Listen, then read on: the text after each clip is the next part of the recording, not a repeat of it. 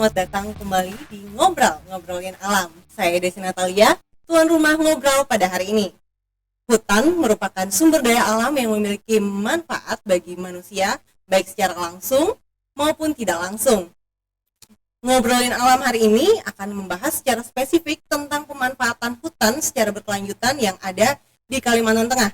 Kita akan bicara bagaimana kolaborasi dapat menjadi sarana peningkatan ekonomi masyarakat sekaligus berkontribusi bagi hutan yang lestari, dan tentunya dapat sejalan juga dengan Sustainable Development Goals poin 12, yaitu Sustainable Consumption and Production, kolaborasi untuk hutan yang lestari. Sudah hadir di Ngobrolin Alam hari ini para pihak yang punya peran terhadap pemanfaatan dan promosi hasil hutan Kalimantan Tengah. Saya perkenalkan, yang pertama ada Bapak Said Zainuddin, Sekretaris Dekranasda Provinsi Kalimantan Tengah dan sekaligus juga menjabat sebagai manajer Sentral Borneo Souvenir. Apa kabar Bapak Said? Baik, alhamdulillah. Apa kabar juga Sobat Natura? Ya, selanjutnya hadir juga di sini seorang penyuluh kehutanan muda UPT KPHP Kahayan Tengah yang sudah sangat aktif sejak lama sebagai seorang penyuluh untuk hasil-hasil hutan, yaitu Bapak Nikolaus Dandi MS Hud. Terima kasih Pak Dandi atas kehadirannya bersama kami hari ini. Apa kabar? Baik, halo, apa kabar Sobat Natura? Ya, terakhir ini kita ada seseorang yang juga sudah cukup lama ya terus mendampingi masyarakat untuk pengembangan berbagai produk hasil hutan di Kalimantan Tengah. Dan saat ini bekerja bersama Borneo Nature Foundation sebagai Product Development and Market Access Officer, yaitu Pak Rudi Redani atau akrab disapa Mang Udur. Terima kasih Mang Udur ini sudah bergabung di Ngobrolin Alam hari ini. Apa kabar? Baik, alhamdulillah. Selamat siang Sobat Natura. Untuk memulai pembicaraan kita hari ini ya, saya mau mulai dulu dari Pak Dandi nih. Kita bicara tentang kekayaan hutan Kalimantan Tengah. Saya mau tahu gitu, berapa sih sebenarnya luas kawasan hutan yang ada di Kalimantan Tengah? Apa saja hasil hutan yang ada di Kalimantan Tengah ini? Ya, berdasarkan catatan kita, untuk luasan hutan di Kalimantan Tengah itu kurang lebih seluas 11.017.919 hektar. Oh. Ya. Angkanya jadi besar. Sekitar 71,89% dari luasan wilayah Kalimantan Tengah. Wow. Gitu. Sekitar 70% lah ya, 70%, kurang lebih ya. 72% itu cukup besar juga memang kawasan hutan di Kalimantan Tengah, dan ini Pak tentunya punya kekayaan hasil hutan juga yang cukup banyak gitu ya. Ini ya, boleh betul. kasih tahu nggak sih apa aja gitu kekayaan hasil hutan yang ada di Kalimantan Tengah gitu? Ya, kalau untuk kekayaan-kekayaannya sebenarnya Kalimantan Tengah ini kaya sekali dengan hasil hutan. Hanya sementara ini masyarakat masih fokus kalau dengar hutan itu hanya kayu. Okay. Nah, sedangkan selain kayu ternyata banyak sekali yang bisa dimanfaatkan oleh masyarakat. Jadi kalau untuk yang sekarang sampai sekarang masih dikenal oleh masyarakat itu salah satunya adalah rotan. Oh iya, itu bukan Ya, non kayu ya? itu non kayu. Kan? Nah, kemudian ada juga ada getah-getahan, ada damar, kemudian ada karet, kemudian ada gaharu, Okay. dan masih banyak lagi. Masih Ada banyak jamur ya? juga ada. Ini menarik ya. Iya. Menarik sekali, ada banyak ketika orang-orang hanya familiar hasil hutan itu hanya kayu, tapi sebenarnya ada banyak hasil-hasil hutan lain yang bukan kayu gitu yang bisa Betul. dimanfaatkan lebih maksimal. Nah, kita beralih ke Dekranasda nih ya, dengan Pak Said gitu. Dari hasil hutan tadi sudah ada banyak kita dengarkan hasil hutan yang diproduksi di Kalimantan Tengah yang bisa dimanfaatkan di Kalimantan Tengah. Apa aja sih sebenarnya hasil hutan yang ada di Dekranasda yang sudah dipromosikan dan mungkin akan dikembangkan lagi, didukung oleh Dekranasda untuk pengembangannya lebih lanjut? Baik, Mbak Eci. Sebelumnya saya mau informasikan dulu ke sahabat Natura bahwa Dekranasda itu apa? Karena Dekranasda adalah salah satu organisasi organisasi bermitra dengan pemerintah dalam rangka melestarikan kebudayaan khas daerah dalam bentuk produk. Jadi dalam bentuk produk itu dalam kerajinan-kerajinan. Nah, seperti yang ditanyakan oleh Mbak Eci tadi bahwa produk-produk hasil hutan itu banyak sekali yang kita sudah produksi. Antara lain adalah getah nyatu. Getah nyatu adalah suatu produk kerajinan yang sangat tidak terlalu banyak menggunakan bahan kimia. Jadi dia semacam produk ramah lingkungan. Jadi itu banyak sekali minatnya yang diminati oleh para buyer di luar negeri, bahwa produk kerajinan getah nyatu seperti yang kami tampilkan di Central Borneo Souvenir ini cukup banyak peminatnya. Selebihnya selain produk getah nyatu juga ada beberapa barang kerajinan limbah dari kayu ulin. Ya, dari tidak kayu ulinnya kita tebang dan supaya kita jadikan kerajinan, tapi limbahnya setelah ada penebangan, akarnya kita ambil, atau limbah-limbah dari para pelaku usaha mebel, itu limbahnya kita jadikan satu macam bentuk kerajinan yang bernilai. Jadi itu yang dijual. Di sini juga tersedia semacam produk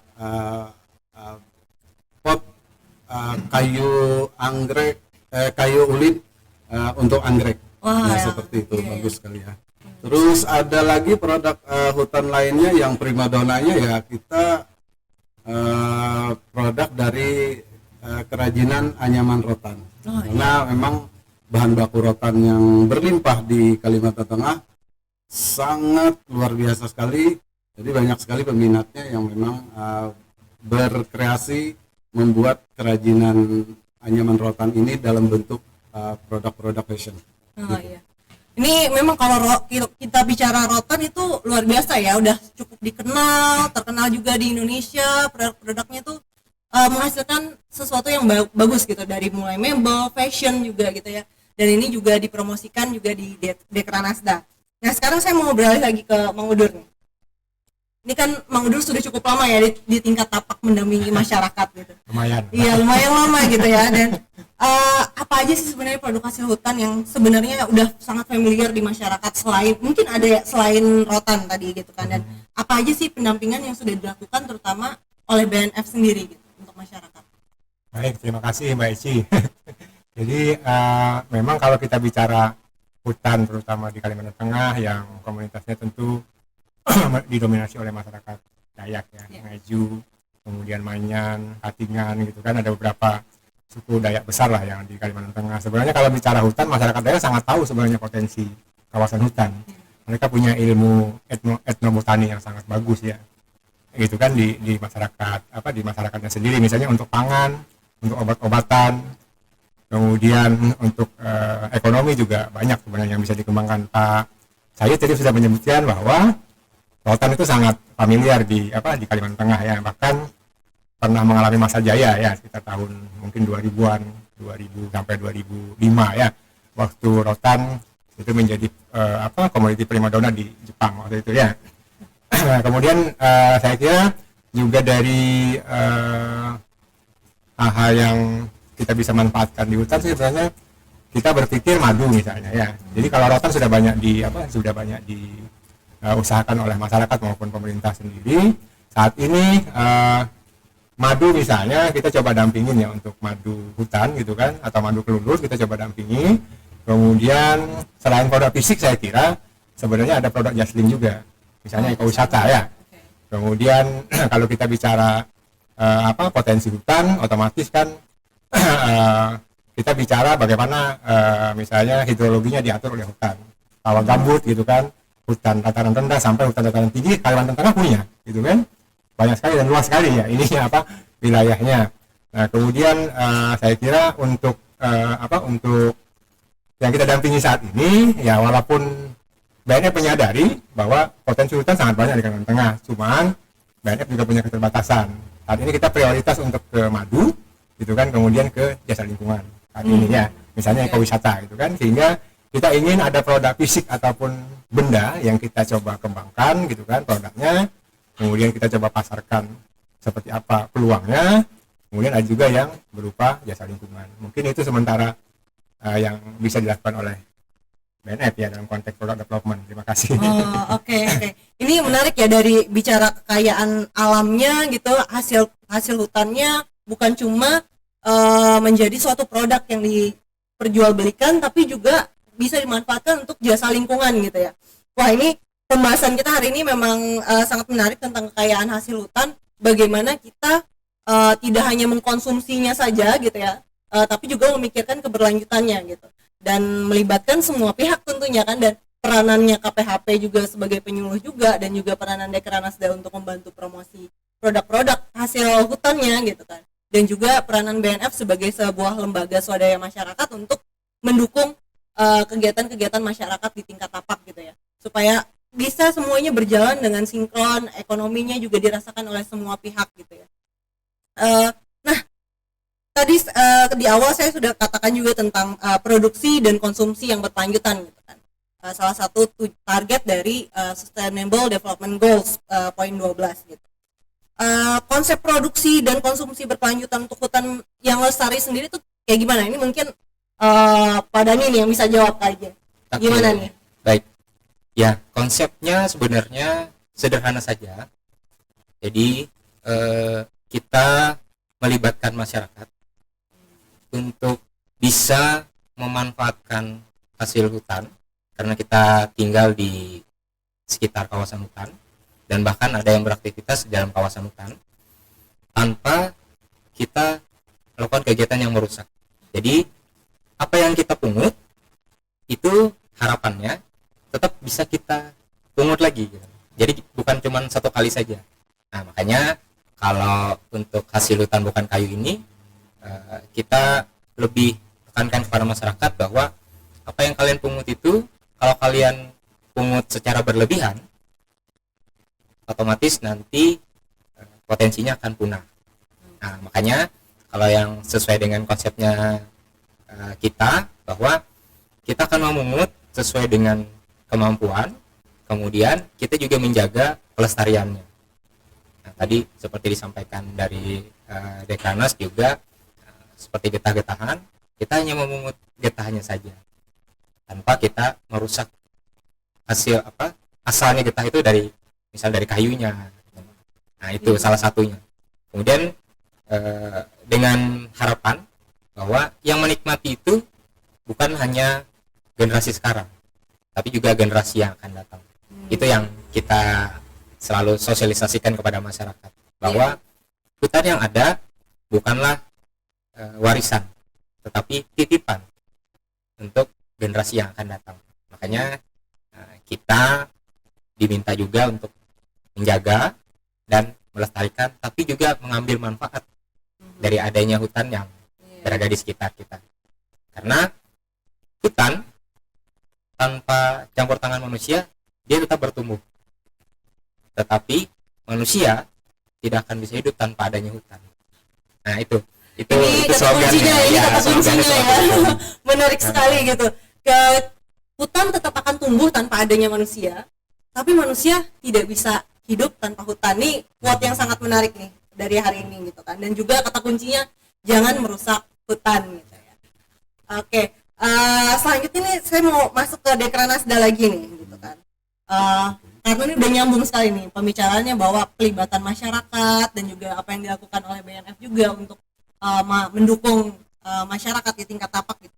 Kalau Dekranasda sendiri ini programnya bagaimana untuk pengembangan masyarakat dan pengembangan IKM ya, dia jadinya concernnya Dekranasda? Oke, kita tertarik sekali masalah hutan tadi ya. Ada produk kita yang memang yang saya sudah uraikan di atas tadi, bahwa produk kerajinan getah nyatu itu, produk kerajinan getah nyatu itu bahan bakunya sekarang sudah mulai menipis. Tetapi kita berbagai upaya sudah mencari kendala masalahnya ada. Kenapa jadi sampai bahan baku menipis? Karena mengambil getahnya itu harus ditebang. Nah, kami mau beberapa upaya kami, yaitu mungkin ada ahli teknologi, bagaimana caranya getah nyatu ini bisa disadap seperti karet biasa, karena tidak seperti karet biasa. Kedua, kami juga sudah berkoordinasi dengan Dinas Kehutanan setempat di Provinsi Kalimantan Tengah. Kami akan mengupayakan meminta lahan untuk supaya pohon nyatu ini bisa dibudidayakan. Karena satu-satunya getah nyatu yang dihasilkan itu adanya cuma di Kalimantan Tengah. Tidak ada di lain. Di dunia ini hanya satu-satunya di Kalimantan Tengah. Konon seperti itu. Ya, seperti itulah barangkali yang kami bisa. Ini menarik ini membuka peluang juga sebenarnya kolaborasi dengan KPH dan juga BNF gitu kan antara. Makanya nih kita judulnya hari ini kan kolaborasi untuk hutan yang lestari. Bagaimana kita manfaatkan hasil hutan tapi juga bekerja bersama gitu dengan berbagai pihak supaya hutan ini tetap lestari, hasilnya tetap bisa memberikan manfaat bagi manusia di sekitarnya tapi juga tetap terjaga gitu ya. Nah, kalau IKM-nya sendiri nih Pak Syahid, berapa banyak IKM yang concern di situ yang memang dijaga ya, dibimbing dan dibina sama Dekranasda. Dekranasda sendiri dengan berbagai produk kerajinan yang ada di Sentral Borneo Souvenir ini, kita yang realnya aja sekitar ada yang menjadi mitra usaha kami adalah sekitar 65 IKM. Jadi dari 65 selebihnya IKM yang pasif juga ada, artinya yang selalu menerima informasi dari kami, ada pembinaan, ada pelatihan dan bimbingan teknis baik masalah kualitas produk, packaging dan sebagainya, pemasaran itu hampir di atas 200-300 IKM ya, maksud saya IKM yang selalu berkolaborasi dengan kita, karena kita perlu mempromosikan produk-produk kerajinan mereka yang tidak ada duanya di lainnya. Jadi Kalimantan Tengah itu memang unik. Produk kerajinannya unik sekali. Jadi kalau kita ajak ke ajang promosi baik di dalam negeri maupun ajang internasional, itu produknya sangat laku sekali. Cuman sayangnya hanya satu kendala kami di Kalimantan Tengah adalah para perajinnya sangat sedikit. Dan itu sudah pada tua-tua. Tapi kami tidak kehabisan akal. Dekranasda selalu mencari generasi baru dengan mengadakan pelatihan-pelatihan. Jadi seperti di tempat-tempat yang cukup representatif, kami adakan pelatihan-pelatihan untuk menumbuhkan generasi baru para perajin muda. Wah, luar biasa ini ya. Ini bicara kendala dan tantangan ya. Kamu langsung mau dengar dari Mang Udur nih, yang memang berada di tingkat tapak juga ya langsung dengan masyarakat. Ini apa aja sih tantangan yang dihadapi ketika mendampingi masyarakat? Tadi kita sudah dengar dari Pak Said, regenerasinya ini ya sedikit sekali gitu. Gimana menurut Mang Udur gitu? Baik, terima kasih. Saya kira tantangan yang paling banyak kita temui saat ini adalah perilaku bisnisnya ya. Jadi masyarakat Dayak secara histori gitu kan, secara tradisi, secara kultur itu merupakan masyarakat yang hidup sangat akrab relasinya dengan alam, sehingga kebutuhan mereka disediakan oleh alam gitu kan. Nah, pada saat disediakan oleh alam, maka mereka akan menjadi masyarakat gathering, mengambil dari yang sudah disediakan oleh alam gitu kan. Sementara kita ingin sebenarnya masyarakat Dayak yang kita dampingi mempunyai perilaku perspektif bisnis ya. Bagaimana mengembangkan usahanya secara sustainable, kemudian sesuai dengan tren yang ada sekarang, ada campur tangan teknologi, kemudian ada, saya kira juga bahwa pasar yang memang kita harus bangun seperti Pak Said bilang tadi. Saya kira menarik ya, dari KPH, saya kira penguasa hutannya gitu kan, akan membantu kita atau kita berkolaborasi bagaimana kita bisa aturannya memanfaatkannya, karena pasti pada ini bicara regulasi gitu kan. Kemudian saya kira kita di tingkat tapak BNF gitu kan, kemudian Pak Said akan bicara marketing network ya gitu kan. Saya kira kolaborasinya sudah dari 3 ini mudah-mudahan tambah lagi gitu kan ya, amin. Sesuatu potensi yang luar biasa untuk kita jajaki dan kita coba lakukan ya. Mungkin itu yang menjadi tantangan utama dari BNF sendiri ya. Oke, kita mungkin akan akhiri sesi kali ini. kita akan bahas lebih lanjut tentang potensi-potensi kolaborasi untuk hutan yang lestari. Tetap di ngobrolin alam, jaga alam.